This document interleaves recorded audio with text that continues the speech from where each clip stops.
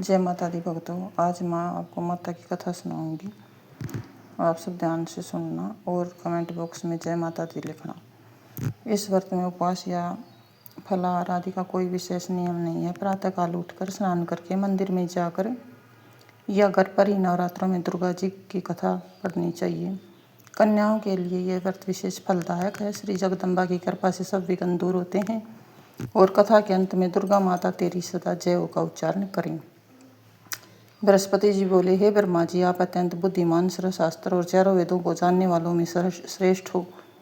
हे प्रभु, कृपा कर मेरा वचन सुनो। चैत्र आषाढ़ मास और शुक्ल पक्ष में नवरात्र का व्रत और उत्सव क्यों किया जाता है? हे भगवान, इस व्रत का फल क्या है और किस प्रकार करना उचित है, और पहले इस व्रत को किसने किया, सो विस्तार से कहो। ऐसा बृहस्पति जी का वचन सुनकर ब्रह्मा जी कहने लगे कि हे बृहस्पति, प्राणियों का हित करने की इच्छा से तुमने बहुत ही अच्छा प्रश्न किया है। जो मनोरथ पूर्ण करने वाली दुर्गा माँ देवी और नारायण का ध्यान करते हैं वे मनुष्य धन्य हैं। यह नवरात्र संपूर्ण कामनाओं को पूर्ण करने वाला है। इसे करने से पुत्र चाहने वालों को पुत्र, धन चाहने वालों को धन और विद्या चाहने वालों को विद्या और सुख चाहने वालों को सुख मिल सकता है। इस व्रत को करने से रोगी मनुष्यों का रोग दूर हो जाता है और कारागार में पड़ा हुआ मनुष्य बंधन से छूट जाता है। मनुष्य की तमाम आपत्तियां दूर हो जाती हैं और उसके घर में संपूर्ण संपत्तियां आकर उपस्थित हो जाती हैं। बंध्या और काक बंध्या के इस व्रत के करने से पुत्र हो जाता है। समस्त पापों को दूर करने वाले इस व्रत को करने से कौन सा ऐसा मनोरथ जो सिद्ध नहीं हो सकता। जो मनुष्य इसे लभ्य देह को पाकर भी नवरात्र का व्रत नहीं करता, वह माता पिता की सेवा से विमुख होकर पाप का भागी होता है। वह अनेक दुखों को भोगता है। उसके शरीर में अनेकों व्याधियां उत्पन्न हो जाती हैं। वह संतान का सुख भी नहीं पाता। इस प्रकार वह मूर्ख अनेक दुख भोगता है। इस व्रत को न करने वाला मूर्ख मनुष्य धन और धन्य से रहित हो भूख और प्यास के मारे पृथ्वी पर घूमता है और गूंगा हो जाता है। जो सुहागिन स्त्री भूल कर भी इस व्रत को नहीं करती और पति से विहीन होकर नाना प्रकार के दुखों को भोगती हैं। यदि व्रत करने वाला मनुष्य सारा दिन उपवास न कर सके तो एक समय भोजन करें और उस दिन बांधवा सहित नवरात्र कथा श्रवण करे। हे बृहस्पति, जिसने पहले इस व्रत को किया उसका पवित्र इतिहास मैं सुनाता हूँ, तुम सावधान होकर सुनो।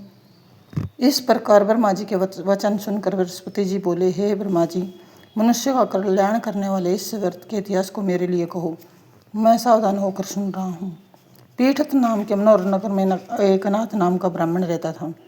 वह भगवती दुर्गा का भक्त था। उसके संपूर्ण सद्गुणों से युक्त मानव ब्रह्मा की पहली रचना हो ऐसी यथार्थ नाम वाली सुमति नाम की कन्या पैदा हुई। वह कन्या सुमति अपने घर के बालकपन में अपनी सहेलियों के साथ क्रीड़ा करती हुई इस प्रकार बढ़ने लगी जैसे शुक्ल पक्ष में चंद्रमा की कला बढ़ती है। उसका पिता प्रतिदिन दुर्गा जी की पूजा और होम किया करता था। उस समय वह विवाह नियम से उपस्थित होती थी। एक दिन वह सुमति अपनी सखियों के साथ खेलने लग गई और भगवती के पूजन में उपस्थित नहीं हुई। उसके पिता को पुत्री की ऐसी असावधानी देख कर पुत्री पर बहुत क्रोध आया और पुत्री से कहने लगा, हे पुत्री, आज प्रभात में तुमने भगवती का पूजन नहीं किया। इस कारण मैं किसी कुष्ठी और दरिद्र मनुष्य के साथ तेरा विवाह करूंगा। इस प्रकार कुपित पिता के वचन सुनकर सुमति को बड़ा दुख हुआ और अपने पिताश्री से कहने लगी, हे पिताश्री, मैं आपकी कन्या हूँ। मैं सब तरह से आपके अधीन हूँ। जैसी आपकी इच्छा रोगी कुष्ठी अथवा किसी के साथ भी मेरा विवाह कर सकते हो। मनुष्य न जाने कितने मनोरथों का चिंतन करता है, पर होता हो ये जो भाग्य में विधाता ने लिखा है। मेरा इस पर पूर्ण विश्वास है। जो मेरे भाग्य में लिखा है वही होगा। जो जैसा करता है उसको फल भी उसी के कर्म के अनुसार मिलता है, क्योंकि कर्म करना मनुष्य के अधीन है पर फल देव के अधीन है। इस प्रकार अपनी कन्या के ऐसे निर्भयता से कई वचन सुनकर उस ब्राह्मण को और अधिक क्रोध आया और उसने अपनी कन्या का विवाह एक कुष्ठ रोगी के साथ विवाह कर उसे घर से निकाल दिया। उसकी निकाली पृथ्वी पर घूमने लगी और कहने लगा, जाओ जाओ, जल्दी जाओ, अपने कर्म का फल भोगो। देखें केवल भाग्य भरोसे रहकर क्या करती हो। इस प्रकार से कई पिता के कटु वचनों को सुनकर सुमति को बड़ा दुख हुआ और मन में विचार करने लगी, ओहो, मेरा बड़ा दुर्भाग्य है जो मुझे ऐसा पति मिला है। इस प्रकार अपने दुखों का विचार करते हुए सुमति अपने पति के साथ बयाने के साथ वन में चली गई और उस स्थान पर उन्होंने वह रात बड़े कष्ट से व्यतीत की। उस गरीब बालिका की ऐसी दशा देखकर भगवती पुनः प्रभाव से प्रकट होकर कहने लगी कि हे दीन ब्राह्मणी, मैं तुम पर प्रसन्न हूँ। मैं तुम्हें जो चाहो वरदान दे सकती हूँ। मैं प्रसन्न होने पर प्राणियों का दुख दूर कर उनको मनोवांछित फल देती हूँ। इस प्रकार भगवती दुर्गा का वचन सुनकर ब्राह्मणी कहने लगी कि आप कौन है जो मुझ पर प्रसन्न है, ऐसा मेरे लिए कहो और अपनी कृपा दृष्टि से मुझ दीन दासी को कृतार्थ करो। ऐसा ब्राह्मणी का वचन सुनकर कहने लगी कि मैं आदि शक्ति हूँ और मैं ही ब्रह्मा विद्या सरस्वती हूँ। मैं प्रसन्न होने पर प्राणियों का दुख दूर कर उनको सुख प्रदान करती हूँ। हे ब्राह्मणी, मैं तुझे तेरे पूर्व जन्म के प्रभाव से प्रसन्न हूँ। मैं तुम्हारे पूर्व जन्म का वृत्तांत सुनाती हूँ, सुनो। तो पूर्व जन्म में निषाद भील की स्त्री थी और पतिव्रता थी। एक दिन तेरे पति निषाद ने चोरी की और चोरी के कारण तुम दोनों को सिपाहियों ने पकड़ लिया और ले जाकर जेल खाने में कैद कर दिया। उन लोगों ने तेरे और तेरे पति को भोजन भी नहीं दिया। इस प्रकार नवरात्र के दिनों में न तो तुमने कुछ खाओ न ही जल पिया। इस प्रकार नवरात्र का व्रत हो गया। हे ब्राह्मणी, उन दिनों में जो व्रत हुआ उस व्रत के प्रभाव से प्रसन्न होकर मैं तुम्हें मनोवांछित वर दे रही हूँ। तुम्हारी जो इच्छा हो सो मांगो। इस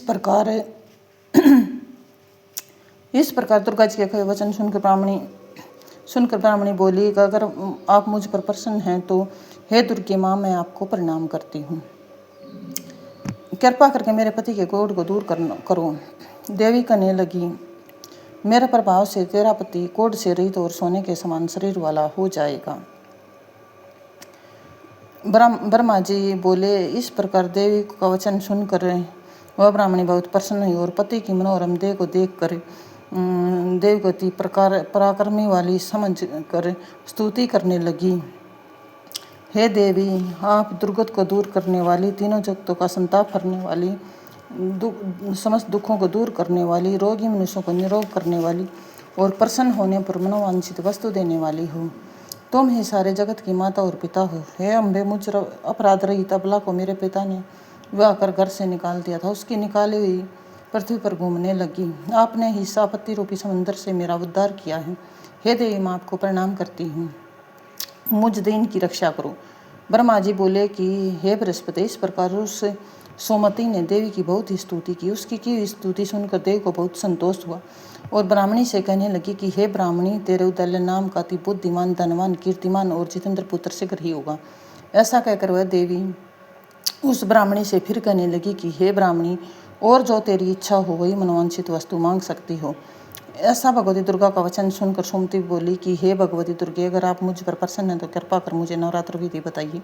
हे दयावती, जिस विधि के नवरात्र करने से आप प्रसन्न होती हैं उस विधि को और उसके फल को मेरे लिए विस्तार से कहो। इस प्रकार ब्राह्मणी के वचन सुनकर दुर्गा कहने लगी कि मैं तुम्हारे लिए समस्त पापों को दूर करने वाले नवरात्र विधि को बतलाती हूँ, जिसको सुनने से तमाम पापों से छूटकर मोक्ष की प्राप्ति होती है। अश्विनी मास के शुक्ल पक्ष की प्रतिपदा से लेकर 9 दिन तक विधि पूर्वक व्रत करें। यदि दिन भर का व्रत न कर सके तो एक समय भोजन करें। पढ़े लिखे ब्राह्मणों से पूछकर घट स्थापना करें। वाटिका बनाकर जल से सींचें और प्रतिदिन जल से सींचें। माँ काली, माँ लक्ष्मी, माँ सरस्वती, इनकी मूर्तियाँ बनाकर नित्य विधि सहित पूजा करें और पुष्पों से विधि पूर्वक अर्घ दें। विजोरा के फूल से अर्घ देने से रूप की प्राप्ति होती है। जाय फल से कीर्ति, दाग से कार्य की सिद्धि होती है। आंवले से सुख और केले से भूषण की प्राप्ति होती है। इस प्रकार फलों से अर्घ देकर यथाविधि हवन करें। खांड, घी, गेहूँ, जौ, तिल, बिंब, नारियल, दाख, कंदब और इनसे हवन करें। गेहूँ से हवन करने से लक्ष्मी की प्राप्ति होती है। खीर व चंपा के पुष्पों से धन और पत्तों से तेज और सुख की प्राप्ति होती है। आंवले से कीर्ति और केले से पुत्र की प्राप्ति होती है। कमल से राज सम्मान और दाखों से सुख संपत्ति की प्राप्ति होती है। खांड, घी, नारियल, सहज, जौ, बिंब, तिल, नारियल तथा फलों से हवन करने से मनोवांछित वस्तु की प्राप्ति होती है। इस व्रत को करने वाला मनुष्य इस विधि से होम कर आचार्यों को अत्यंत नम्रता के साथ प्रणाम करे और यज्ञ की सिद्धि के लिए उसे दक्षिणा दे। इस महाव्रत को पहले बताई गई विधि के अनुसार जो कोई भी करता है उसके सब मनोरथ सिद्ध हो जाते हैं। इसमें तने की भी संशय नहीं है। इन 9 दिनों में जो कुछ दान दिया जाता है उसका करोड़ों गुना मिलता है। इस नवरात्र के व्रत को करने से असौम्य यज्ञ का फल मिलता है। ये ब्राह्मणी, इस संपूर्ण कामनाओं को करने वाले उत्तम व्रत को तीर्थ, मंदिर अथवा घर में ही विधि अनुसार करें। ब्रह्मा जी बोले कि हे बृहस्पति, इस प्रकार ब्राह्मणी को व्रत की विधि और फल बताकर देवी अंतर्ध्यान हो गई। जो मनुष्य या स्त्री इस व्रत को भक्तिपूर्वक करता है वह इस लोक में सुख भोग कर अंत में दुर्लभ मोक्ष को प्राप्त होता है। हे बृहस्पति, इस दुर्लभ व्रत का महात्म्य मैंने तुम्हारे लिए बतलाया है। ऐसा ब्रह्मा जी ने वचन सुनकर बृहस्पति जी आनंद के कारण रोमांचित हो गए और ब्रह्मा जी से कहने लगे कि हे ब्रह्मा जी, आपने मुझ पर अति कृपा की जो इस अमृत के समान महाव्रत को महात्म्य सुनाया है। हे प्रभु, आपके बिना और कौन इस महात्म्य को सुना सकता है। हे बृहस्पति जी, ऐसे बृहस्पति जी के वचन सुनकर ब्रह्मा जी बोले कि हे बृहस्पति, तुमने सब प्राणियों का हित करने वाले इस अलौकिक व्रत को पूछा है, इसलिए तुम धन्य हो। यह संपूर्ण भगवती संपूर्ण लोगों का पालन करने वाली है। इस महादेव के प्रभाव को कौन जान सकता है। जय माता दी। अगर आपको हमारी कथा पसंद आए तो कमेंट में जय माता दी लिखना और कथा को शेयर करना और लाइक करना। धन्यवाद। जय माता दी।